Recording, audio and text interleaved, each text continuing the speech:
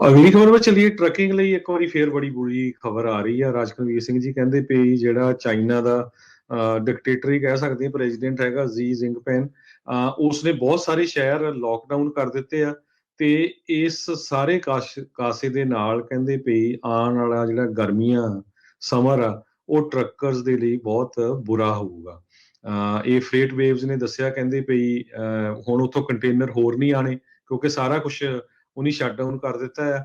ਤੇ ਜਿਹੜੇ ਖਾਸ ਕਰਕੇ ਪੋਰਟ ਦੇ ਨਾਲ ਲੋਕ ਕੰਮ ਕਰਦੇ ਟਰੱਕਿੰਗ ਵਾਲੇ, ਉਹਨਾਂ ਦੇ ਉੱਤੇ ਵੀ ਇਹ ਬਹੁਤ ਵੱਡਾ ਅਸਰ ਪਊਗਾ। 16% ਦੇ ਕਰੀਬ USA ਦੇ ਵਿੱਚ ਜਿਹੜੇ ਕੰਟੇਨਰਸ ਆ ਉਹ ਚਾਈਨਾ ਤੋਂ ਆਉਂਦੇ ਹੈਗੇ ਆ।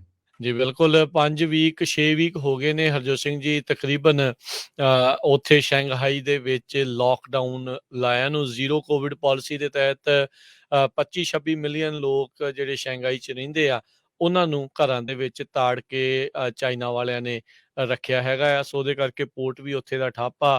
ਫਾਈਨੈਂਸ਼ੀਅਲ ਕੈਪੀਟਲ ਜਿਹੜੀ ਉਹ ਮੰਨੀ ਜਾਂਦੀ ਆ। ਸੋ ਆਰਥਿਕਤਾ ਦੇ ਉੱਤੇ ਵੀ ਉੱਥੇ ਵੀ ਅਸਰ ਪੈ ਰਿਹਾ ਆ।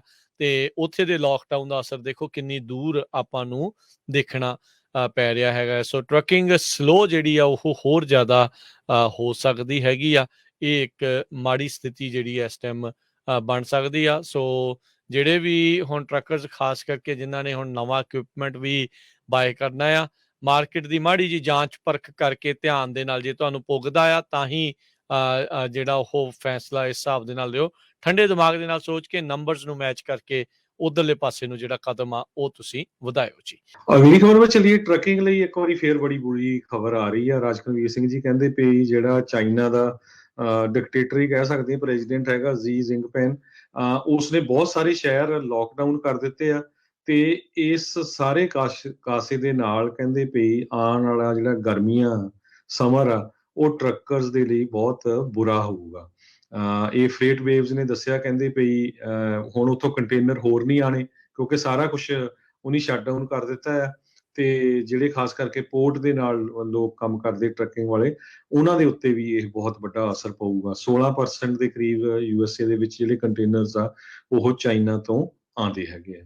ਜੀ ਬਿਲਕੁਲ, 5 ਵੀਕ 6 ਵੀਕ ਹੋ ਗਏ ਨੇ ਹਰਜੋਤ ਸਿੰਘ ਜੀ ਤਕਰੀਬਨ ਉੱਥੇ ਸ਼ੰਘਾਈ ਦੇ ਵਿੱਚ ਲੋਕਡਾਊਨ ਲਾਇਆ ਨੂੰ। ਜ਼ੀਰੋ ਕੋਵਿਡ ਪਾਲਿਸੀ ਦੇ ਤਹਿਤ 25-26 ਮਿਲੀਅਨ ਲੋਕ ਜਿਹੜੇ ਸ਼ੰਘਾਈ 'ਚ ਰਹਿੰਦੇ ਆ ਉਹਨਾਂ ਨੂੰ ਘਰਾਂ ਦੇ ਵਿੱਚ ਤਾੜ ਕੇ ਚਾਈਨਾ ਵਾਲਿਆਂ ਨੇ ਰੱਖਿਆ ਹੈਗਾ ਆ। ਸੋ ਉਹਦੇ ਕਰਕੇ ਪੋਰਟ ਵੀ ਉੱਥੇ ਦਾ ਠੱਪ ਆ।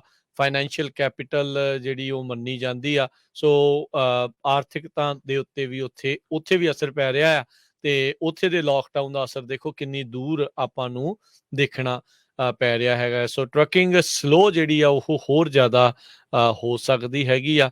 ਇਹ ਇੱਕ ਮਾੜੀ ਸਥਿਤੀ ਜਿਹੜੀ ਇਸ ਟਾਈਮ ਬਣ ਸਕਦੀ ਆ। ਸੋ ਜਿਹੜੇ ਵੀ ਹੁਣ ਟਰੱਕਰਸ ਖਾਸ ਕਰਕੇ ਜਿਨ੍ਹਾਂ ਨੇ ਹੁਣ ਨਵਾਂ ਇਕਵਿਪਮੈਂਟ ਵੀ ਬਾਏ ਕਰਨਾ ਆ, ਮਾਰਕੀਟ ਦੀ ਮਾੜੀ ਜੀ ਜਾਂਚ ਪਰਖ ਕਰਕੇ ਧਿਆਨ ਦੇ ਨਾਲ ਜੇ ਤੁਹਾਨੂੰ ਪੁੱਗਦਾ ਆ ਤਾਂ ਹੀ ਜਿਹੜਾ ਉਹ ਫੈਸਲਾ ਇਸ ਹਿਸਾਬ ਦੇ ਨਾਲ ਲਿਓ। ਠੰਡੇ ਦਿਮਾਗ ਦੇ ਨਾਲ ਸੋਚ ਕੇ ਨੰਬਰਸ ਨੂੰ ਮੈਚ ਕਰਕੇ ਉਧਰਲੇ ਪਾਸੇ ਨੂੰ ਜਿਹੜਾ ਕਦਮ ਆ ਉਹ ਤੁਸੀਂ ਵਧਾਇਓ ਜੀ। ਅਗਲੀ ਖਬਰ ਵਿੱਚ ਚਲੀਏ। ਟਰੱਕਿੰਗ ਲਈ ਇੱਕ ਵਾਰੀ ਫੇਰ ਬੜੀ ਬੁਰੀ ਖਬਰ ਆ ਰਹੀ ਆ। ਰਾਜਕਨਵੀਰ ਸਿੰਘ ਜੀ ਕਹਿੰਦੇ ਪਈ ਜਿਹੜਾ ਚਾਈਨਾ ਦਾ ਡਿਕਟੇਟਰ ਹੀ ਕਹਿ ਸਕਦੇ ਪ੍ਰੈਜ਼ੀਡੈਂਟ ਹੈਗਾ ਜੀ ਜਿੰਗਪਿੰਗ, ਉਸਨੇ ਬਹੁਤ ਸਾਰੇ ਸ਼ਹਿਰ ਲੋਕਡਾਊਨ ਕਰ ਦਿੱਤੇ ਆ। ਤੇ ਇਸ ਸਾਰੇ ਕਾਸੇ ਦੇ ਨਾਲ ਕਹਿੰਦੇ ਪਈ ਆਉਣ ਵਾਲਾ ਜਿਹੜਾ ਗਰਮੀਆਂ ਸਮਰ ਆ ਉਹ ਟਰੱਕਰਸ ਦੇ ਲਈ ਬਹੁਤ ਬੁਰਾ ਹੋਊਗਾ। ਇਹ ਫਰੇਟ ਵੇਵਸ ਨੇ ਦੱਸਿਆ, ਕਹਿੰਦੇ ਪਈ ਹੁਣ ਉੱਥੋਂ ਕੰਟੇਨਰ ਹੋਰ ਨਹੀਂ ਆਣੇ ਕਿਉਂਕਿ ਸਾਰਾ ਕੁਝ ਉਹਨੇ ਸ਼ਟਡਾਊਨ ਕਰ ਦਿੱਤਾ ਹੈ।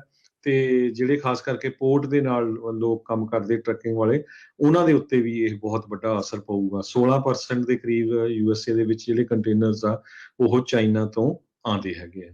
ਜੀ ਬਿਲਕੁਲ, 5 ਵੀਕ 6 ਵੀਕ ਹੋ ਗਏ ਨੇ ਹਰਜੋਤ ਸਿੰਘ ਜੀ ਤਕਰੀਬਨ ਉੱਥੇ ਸ਼ੰਘਾਈ ਦੇ ਵਿੱਚ ਲੋਕਡਾਊਨ ਲਾਇਆ ਨੂੰ। ਜ਼ੀਰੋ ਕੋਵਿਡ ਪਾਲਿਸੀ ਦੇ ਤਹਿਤ 25-26 ਮਿਲੀਅਨ ਲੋਕ ਜਿਹੜੇ ਸ਼ੰਘਾਈ 'ਚ ਰਹਿੰਦੇ ਆ ਉਹਨਾਂ ਨੂੰ ਘਰਾਂ ਦੇ ਵਿੱਚ ਤਾੜ ਕੇ ਚਾਈਨਾ ਵਾਲਿਆਂ ਨੇ ਰੱਖਿਆ ਹੈਗਾ ਆ। ਸੋ ਉਹਦੇ ਕਰਕੇ ਪੋਰਟ ਵੀ ਉੱਥੇ ਦਾ ਠੱਪ ਆ। ਫਾਈਨੈਂਸ਼ੀਅਲ ਕੈਪੀਟਲ ਜਿਹੜੀ ਉਹ ਮੰਨੀ ਜਾਂਦੀ ਆ। ਸੋ ਆਰਥਿਕਤਾ ਦੇ ਉੱਤੇ ਵੀ ਅਸਰ ਪੈ ਰਿਹਾ ਆ। ਤੇ ਉੱਥੇ ਦੇ ਲੋਕਡਾਊਨ ਦਾ ਅਸਰ ਦੇਖੋ ਕਿੰਨੀ ਦੂਰ ਆਪਾਂ ਨੂੰ ਦੇਖਣਾ ਪੈ ਰਿਹਾ ਹੈਗਾ। ਸੋ ਟਰੱਕਿੰਗ ਸਲੋ ਜਿਹੜੀ ਆ ਉਹ ਹੋਰ ਜ਼ਿਆਦਾ ਹੋ ਸਕਦੀ ਹੈਗੀ ਆ।